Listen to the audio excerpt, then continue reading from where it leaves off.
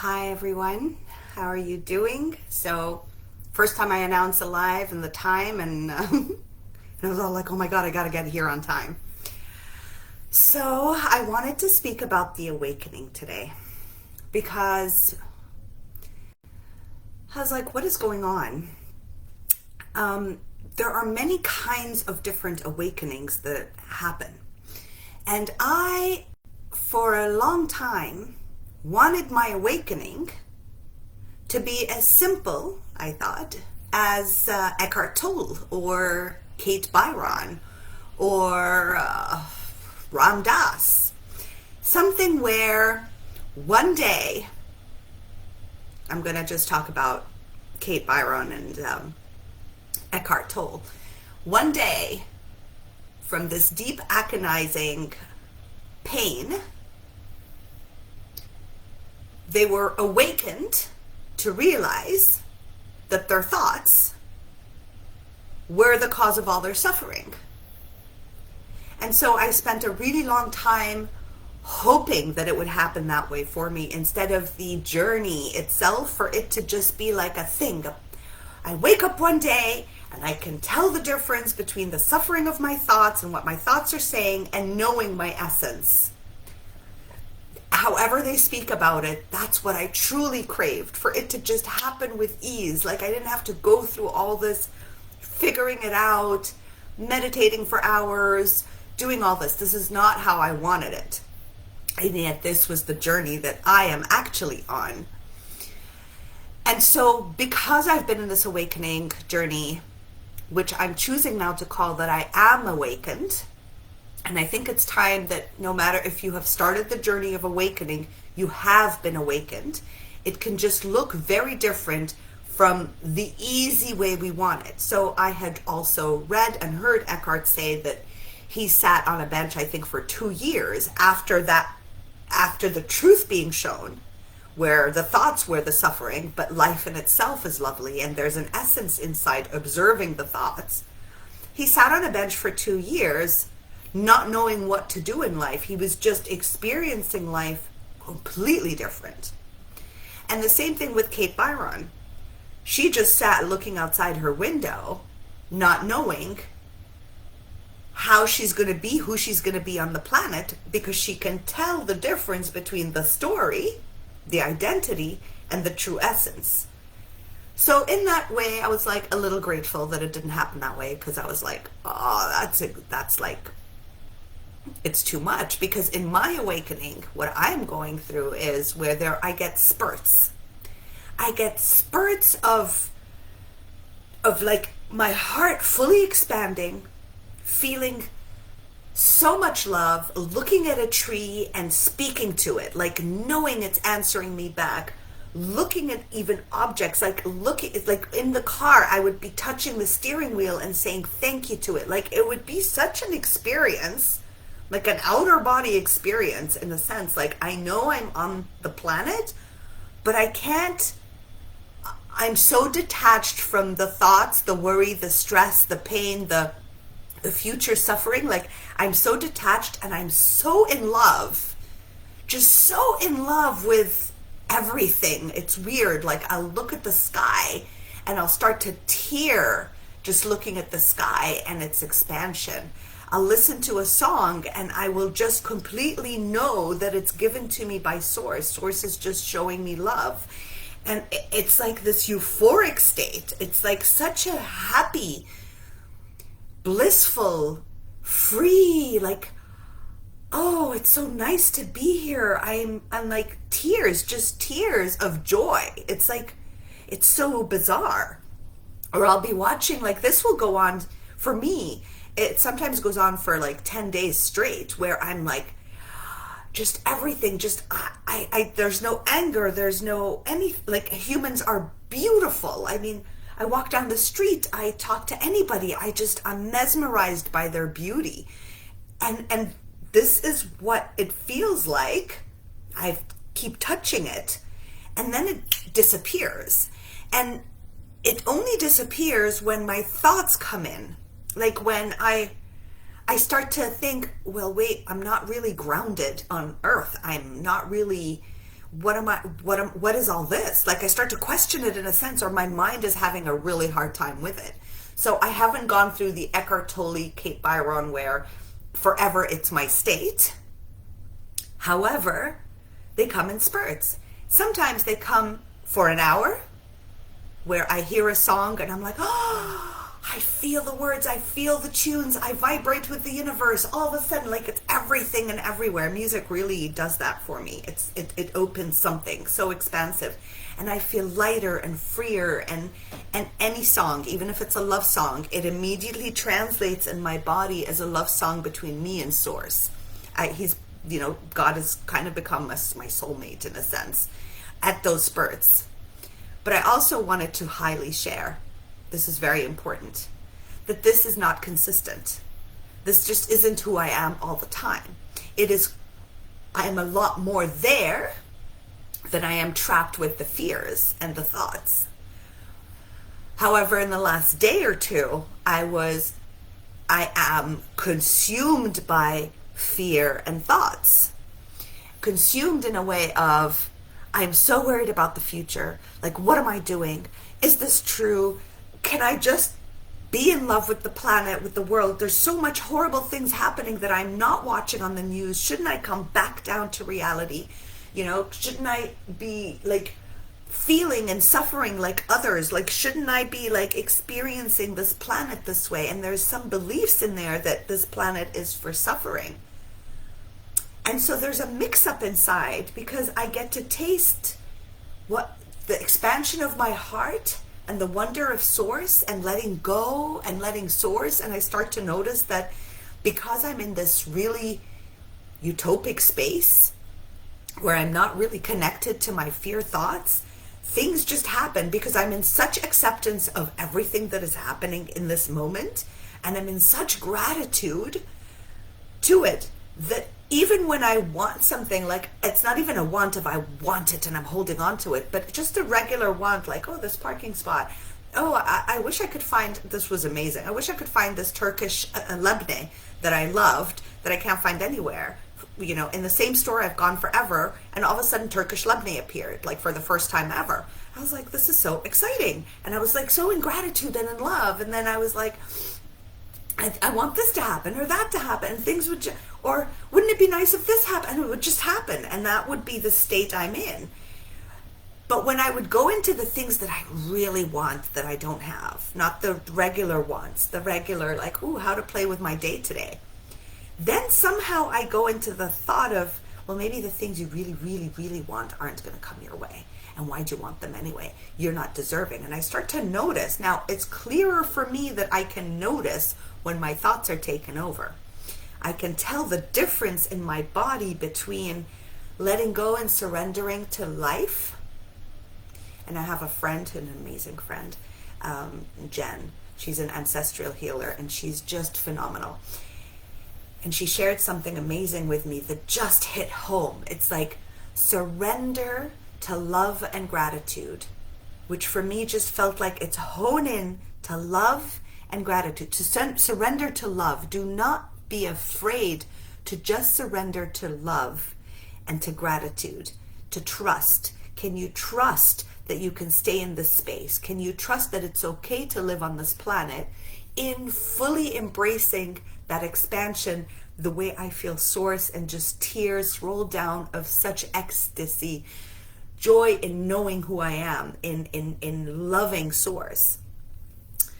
So yes, the past 2 days I was gripped by thoughts, fearful thoughts, future fearful thoughts.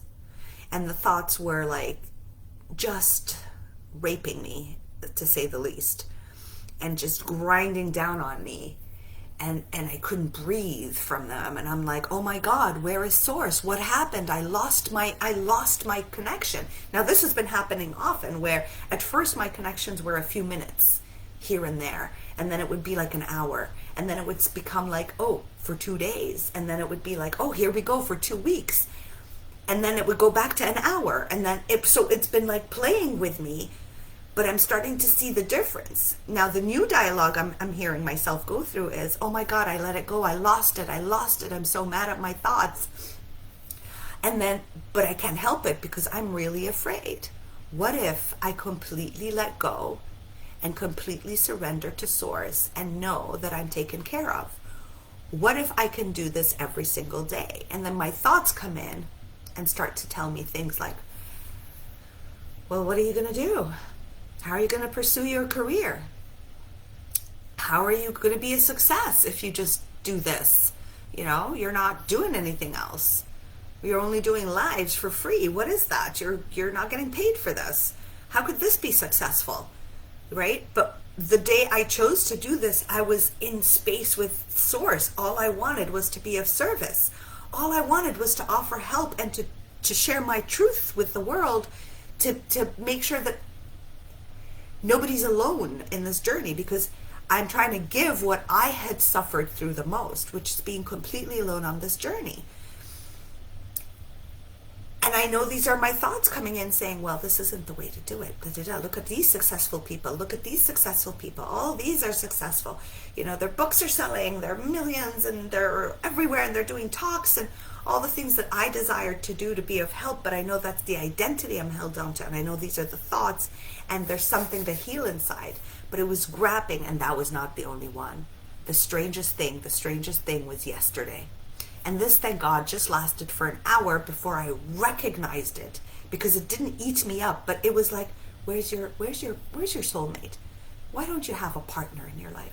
Look, all these people, so many people are meeting their soulmates. You know, what is wrong with you? Is it just you? Are you not on the app? Are you not on this? Do you just trust that God is going to send whatever the right time? And I felt like this thing. I'm like, this is so weird. It's not, like, I'm not even, like, the true essence of me is not worried about it. But then I noticed this is a pattern inside of me. It's like, I'm used to it. I've been thinking about it most of my life. If you watch any of my lives, you'll see about my obsession with finding my soulmate, which now I know my soulmate is Source, and that experience with Source is so much more profound than any human I've experienced life with. But then I could hear the pattern and the thoughts, but I could see them. It was a little different this time. I wasn't consumed by it, but I could see, like, oh my God, these are just the echoes of what I always thought, always searched for, always wanted, always thought was my worth, you know, like, and believed. Like, I could hear the belief of, like, what is wrong with you? You're the only one, you know, maybe you're too high maintenance, maybe you're too spiritual, maybe you're still not good enough, maybe the gift of the soulmate coming in, you're not worthy of it yet, you haven't done enough. Like, I could hear all that gunk and I could feel it, but I couldn't resonate with it anymore. It was more of like, I could see it as the way that I'm used to thinking. This was who Rain was. This was part of me before. And so it lasted an hour, thank God, because then I came to recognize it has no hold on me. And if I start to believe it and live in it and try to find a solution and reprimand myself and put myself down and feel shitty about who I am and feel that God doesn't love me enough to send me my soulmate as a gift and all that rubbish I used to tell myself, if I hadn't recognized it and seen it as just a vibrational pattern in my system, that the body is used to thinking it and producing it all the time, I would have been sucked into it again. And it would have taken longer to recognize the difference between my true essence and my trust in Source and the pattern, right? It's just a pattern, an echo of a pattern, a play button that comes, right? I'm sharing this with you for you to know that the awakening doesn't have to look like Eckhart Tolle or Kate Byron.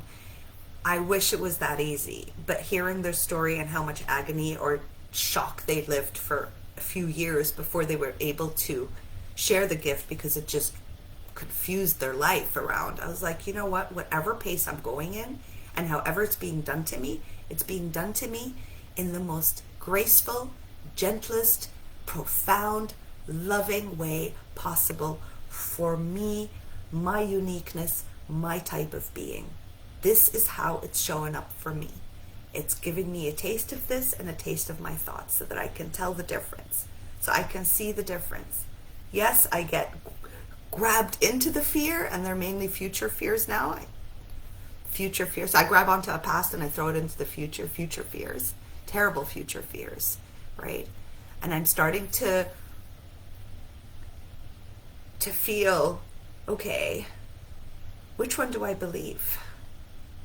What do I believe? Shall I believe that God is going to test me, going to take away the things I love, never give me the things I desire, to test me, to elevate me? Is this the way I want to choose to see Source, that the only way I can elevate in my awakening is by suffering and everything I love being taken away from me? That's my fear, right?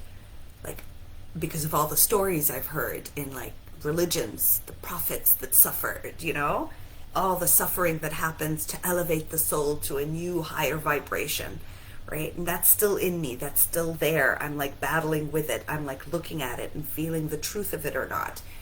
But when I'm in this expansive God space, all of that is nonsense. Like I can't even, it's just not, it's like rubbish. So I know it's not true, but I don't know it truthfully inside yet, because I still have patterns blocked in there that are trying to release themselves through me so that I can see that I can be more free to trust in God's love, to trust in the divine's just unconditional love, to trust what I know to be true when I am in expansion, when an hour, the 2 minutes, the week, the 2 weeks, I can go back to that feeling to remind my system, because I need to teach it a different way of being. Because trust me, that fear place that I was in, that was like, holding me on, was horrible. Was horrible. And I can clearly say that the thing that screws me over are my thoughts. Are the thoughts I've thought most of my life, looking for God, looking for the partner, looking for success, looking for all this, and all of it had shitty language about myself to me. You're not good enough. You're never going to get that. God takes away all the things you want, to see if you're worthy of having them. If you're attached to them in any form, and you want them and you desire them and you need them, you will never get them, because you have to not want them for them to come. Holy, how much effort is that? Like, is it okay that I want and desire them and for them not to be here? Do I have to find a way where I am wrong and I'm not good enough yet so that I can finally get them, which is a lie, because I still desire them and want them? So if I still desire them and want them, then am I wrong? Is there something wrong with me? Will I be punished by Source? Will I not pass the test of law of attraction, right? Have I failed in law of attraction? Have I failed in manifesting? Have I failed Source? Have I failed the test, right? Because it's not coming in, because I'm still attached to them. Like, there's all this stuff, these self-help, different ways of thinking and doing that are, honestly, at those times in my downs, where I'm locked into these thoughts and I start to get, well, you're supposed to do it this way. Oh my God, maybe you're doing it wrong.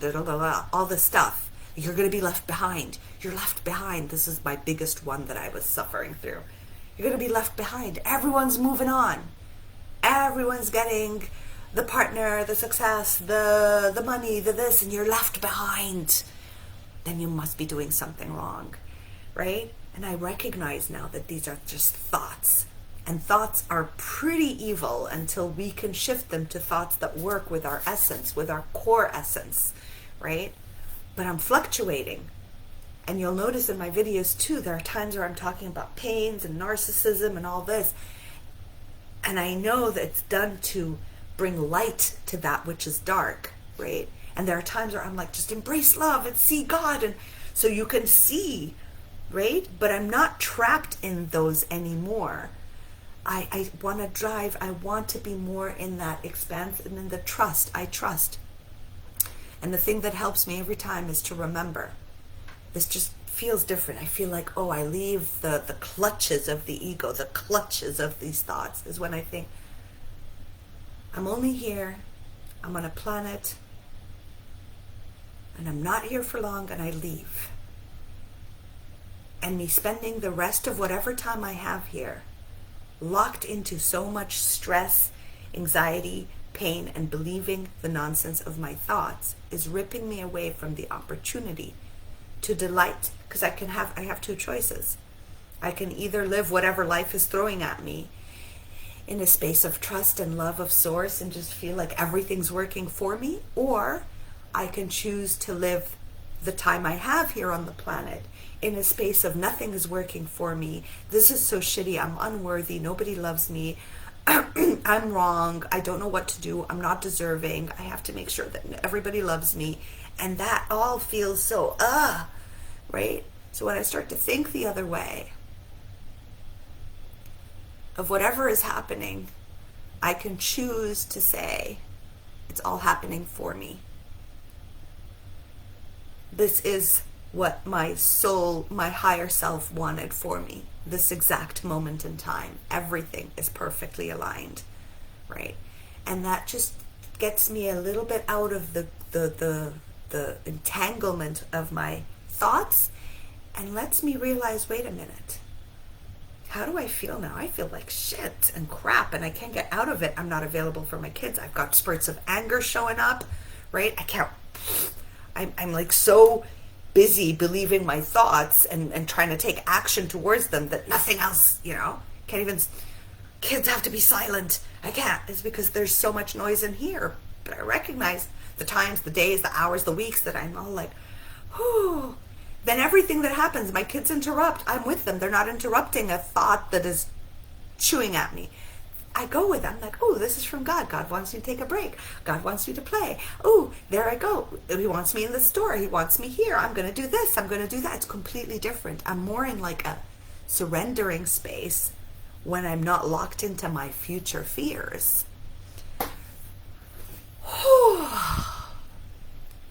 So after saying all this, let's do the crossover, Donna Eden's crossover, where we can align our left and our right minds, our feminine and our masculine, the doer and the beer.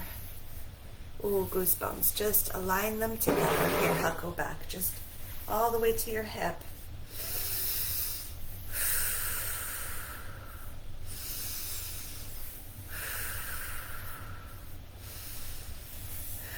I get goosebumps every time, and I can feel that the crack between me and me is just harmonizing together when I do this.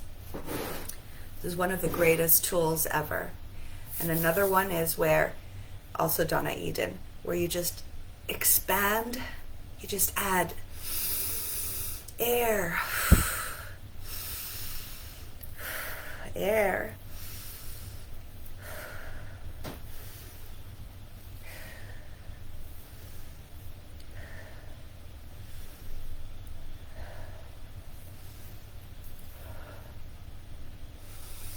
And then you squeeze your shoulders as you breathe in and out. This is for your nervous system. And you just pull it down and put it towards your heart. And breathe in and breathe out. And just relax. Relax. I like to do this. Expand. Hold my hands together, bring them down. It's like bringing the energy from up above down into my body, knowing I am safe, knowing all is working out for me, and everything is fine. And I already feel better.